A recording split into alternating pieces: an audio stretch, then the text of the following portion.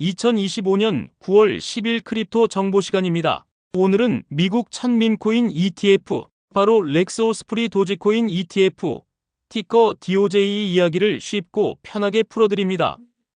코린이도 이해할 수 있게 처음부터 끝까지 쉬운 해설 영상으로 이어갈게요. 먼저 한 줄 요약부터 시작하겠습니다. 이제 코인 지갑 없이도 증권 계좌에서 도지코인 가격에 투자할 수 있는 길이 열립니다. 이름은 렉스 오스프리 도지 ETF, 9월 11일 미국 현지 시간 거래 시작이 유력합니다. 이 상품은 비트코인, 이더리움 현물 ETF와 다른 길, 즉 투자회사법, 흔히 40액트라고 부르는 규제 경로를 택했습니다.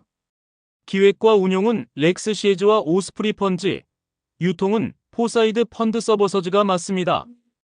이 조합은 올 7월 솔라나와 스테이킹 ETF, 약칭 SSK를 미국에 상장해 12영업일 만에 운용자산 1억 달러를 채운 전력이 있습니다. 블룸버그의 애널리스트 에릭 발추나스는 이번 건을 두고 일부러 실용적 효용이 없는 자산을 담는 미국 최초의 ETF가 될 수 있다는 도발적인 코멘트를 남겼죠. 한편 도지코인 현물 ETF는 또 다른 규제 경로인 증권법, 일명 33액트로 별도 심사가 진행 중입니다. 즉, 두 갈래 트랙이 동시에 굴러가고 있는 셈입니다. 또 다른 밈코인 ETF 후보로는 봉크와 트럼프가 있는데 이 둘은 실제로 40액트 등록 서류가 확인된 바 있습니다. 반면 시바이누는 기사와 소문은 많지만 공식 문서 기반의 뚜렷한 진척은 아직 제한적입니다. 큰 그림에서 보면 XRP, 리플을 포함해 수십 개, 보도상 90여 건 규모의 크립토 현물 ETF 제안이 줄줄이 심사를 기다리고 있어 승인과 연기, 조건 변경 같은 변수가 많은 상황입니다. 이제 무엇이 어떻게 진행되는지 차근차근 설명드리겠습니다. 먼저 무슨 일이 벌어졌는가입니다. 렉스 오스프리 도지 ETF, 줄여 DOJ는 9월 11일 미국 시장 상장을 앞둔 것으로 알려졌습니다. 밈코인을 기초로 한 미국 최초의 ETF라는 상징성이 큽니다. 이 ETF는 투자회사법, 즉 40액트를 적용받습니다. 쉽게 말해 펀드 매니저가 운용하는 구조이고 공시, 감사 분산 같은 펀드 규칙을 촘촘히 따릅니다. 유통은 포사이드, 기획과 운용은 렉스와 오스프리가 맡습니다. 이 팀은 이미 7월에 솔라나와 스테이킹 ETF, 즉 SSK를 내놓아 흥행을 확인했습니다. 그래서 시장은 도지 ETF도 초반 유동성이 잘 붙을까에 주목하고 있습니다. 이런 분위기에서 발추나스가 던진 유틸리티가 없는 자산이란 표현은 밈코인이 문화와 커뮤니티의 힘으로 움직이는 특성을 에둘러 지적한 말로 이해하시면 됩니다. 여기서 코린이를 위한 ETF와 규제의 초간단 핵심을 정리합니다. ETF는 주식처럼 증권 계좌로 사고 팔 수 있는 펀드입니다. 코인, 금, 주가지수 같은 기초자산 가격을 따라가도록 설계되죠. 다만 미국에서 코인 관련 ETF를 만들 때는 크게 두 규제 경로가 있습니다. 첫째, 증권법 33액트 경로입니다. 보통 현물 비트코인, 이더리움 ETF가 여기를 택합니다. S1이라는 등록 서류와 거래소 규정 변경을 뜻하는 19비사가 함께 필요해 승인되는데 시간이 오래 걸리기 쉽습니다. 둘째, 투자회사법 40액트 경로입니다. 펀드 운용형으로 폼 N1A 같은 서류로 등록합니다. 심사와 운용 방식이 다르고 코인 관련 ETF 중 일부가 이 길을 택합니다. 이번 도지 ETF가 바로 여기에 속합니다. 그렇다면 DOJ는 어떻게 굴러가느냐가 궁금하시죠? 핵심은 펀드 구조입니다. DOJ는 ETF 아퍼투너티즈 트러스트라는 틀 아래 하나의 시리즈 펀드로 등록됩니다. 그리고 케이맨 제도에 설립된 자회사, 이름 그대로 DOJ 서브시디어리를 통해 도지코인 현물이나 파생상품에 접근할 수 있도록 설계됩니다.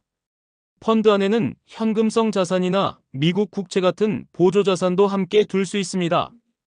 일반 ETF와 마찬가지로 기관 투자자들이 창조 환매를 해서 ETF 가격과 기초 가격의 괴리를 줄이는 메커니즘이 작동합니다. 여기서 비트코인 현물 ETF와 다른 점은 DOJ가 40액트 운용형이기 때문에 편입 비중 조절, 파생 사용 같은 운용 재량이 좀 더 클 수 있다는 점입니다. 이 부분은 최종 간이 설명서에서 반드시 확인해야 합니다. 누가 만들었나도 중요합니다.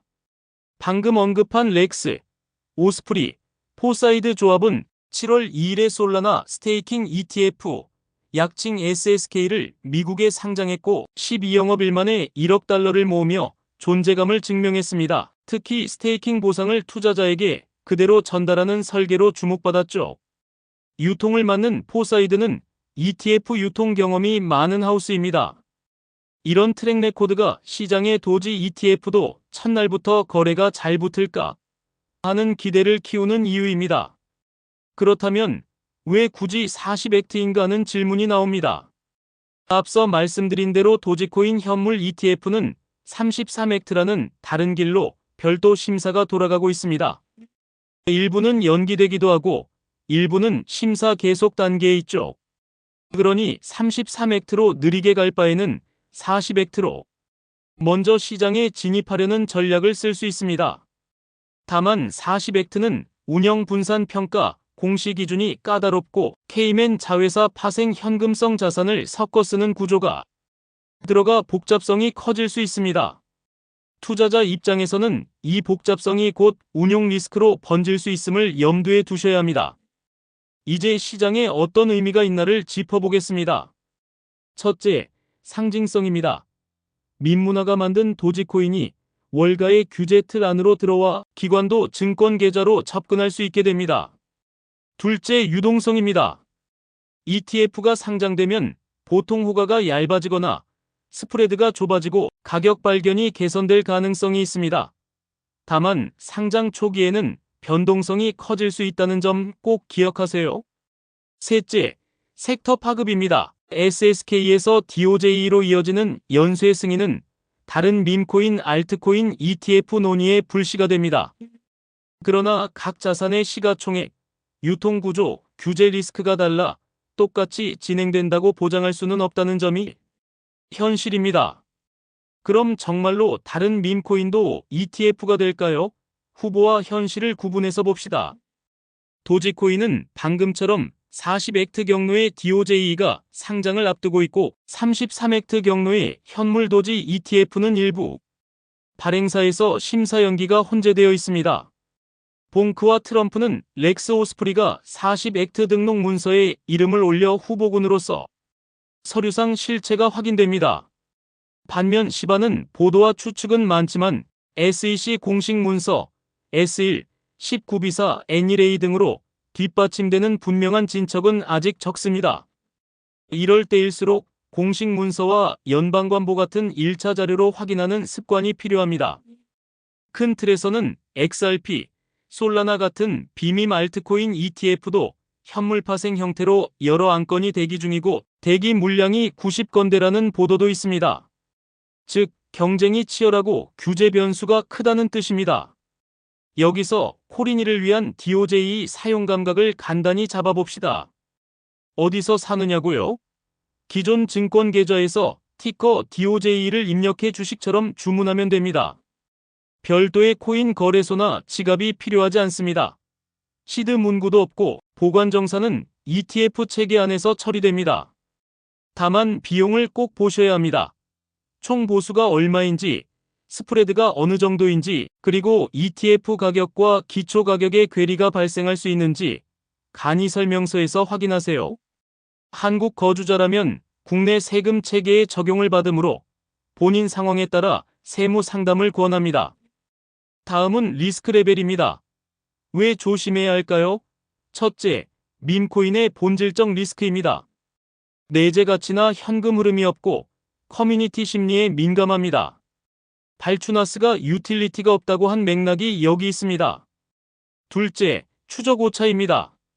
40액트 운용형 구조에선 현물 파생 현금성 자산을 섞어 쓰기 때문에 도지코인 현물 가격과 ETF의 성과가 다르게 움직일 수 있습니다. 셋째, 구조 복잡성입니다. 케이맨 자회사, 담보관리, 파생 사용, 유동성 관리 같은 운용상의 복잡성이 곧 리스크가 됩니다. 넷째, 규제 변수입니다. SEC의 판단이나 가이드라인 변화는 비슷한 상품의 승인 지연, 조건 변경으로 이어질 수 있습니다.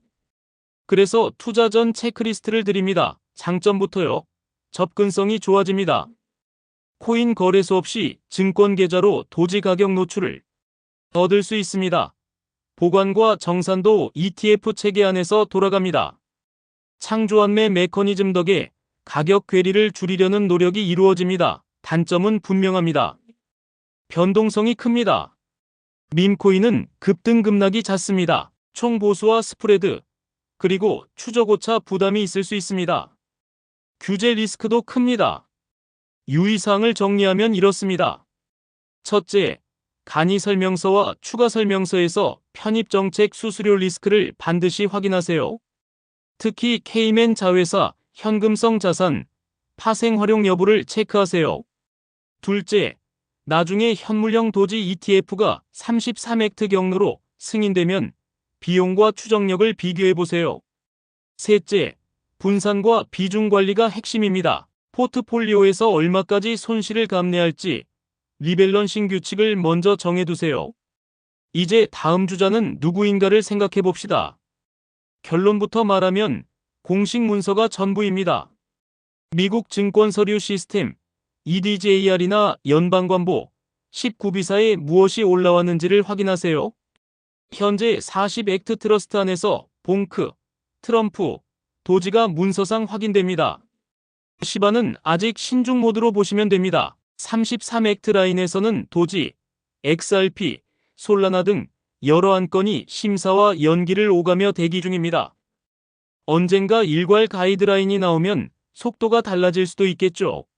마지막으로 결론과 체크포인트를 정리해 마무리하겠습니다. 이번 도지 ETF는 사실상 밈코인 ETF 시대의 개막을 알리는 신호탄입니다. SSK 솔라나 스테이킹에서 도지로 이어지며 크립토 ETF의 스펙트럼이 넓어지고 있습니다. 하지만 밈코인의 특성상 변동성과 심리 의존이 크다는 사실은 변하지 않습니다. 그래서 다음 5가지를 기억해 주세요. 첫째, 간이 설명서와 SAI에서 수수료 편입 리스크를 직접 확인한다. 둘째, 상장 초기의 호가와 스프레드를 체크해 체결 위험을 줄인다. 셋째, 목표 비중과 손절 규칙을 사전에 정해둔다. 넷째, 나중에 등장할 수 있는 대체 상품, 특히 33액트 현물형과 비용 괴리율을 비교한다. 다섯째, 규제 심사 뉴스를 꾸준히 팔로우한다. 특히 도지, 봉크, 트럼프, XRP 라인은 속보가 곧 투자 조건을 바꾸는 영역입니다. 오늘 영상은 여기까지입니다. 핵심을 다시 한 줄로 정리합니다. 지갑 없이 도지코인에 노출되는 첫 길 DOJ. 쉬워졌지만 안전과 동일하지는 않습니다. 문서로 확인하고 비중을 지키고 변동성을 존중하세요. 그게 코린이에게도 숙련자에게도 통하는 진짜 투자 습관입니다. 이 영상을 보는 누군가도 혹시 도지코인 ETF 투자에 관심을 가지고 있다면 꼭 이 영상을 기억해 주세요. 가격이 아니라 기본기로 투자하세요. 지금 구독하고 인베스트 베터, 라이브 베터 이 내용을 마음으로 공감하신다면 좋아요와 구독 눌러주세요. 머니픽 코리아 굿뉴스 GNTV입니다. 세상의 모든 투자자들의 성투를 응원합니다. 감사합니다.